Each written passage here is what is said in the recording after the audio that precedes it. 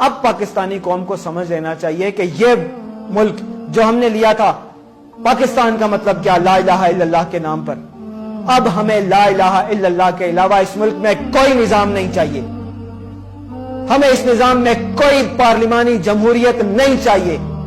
हमें यहां सूद का निजाम नहीं चाहिए।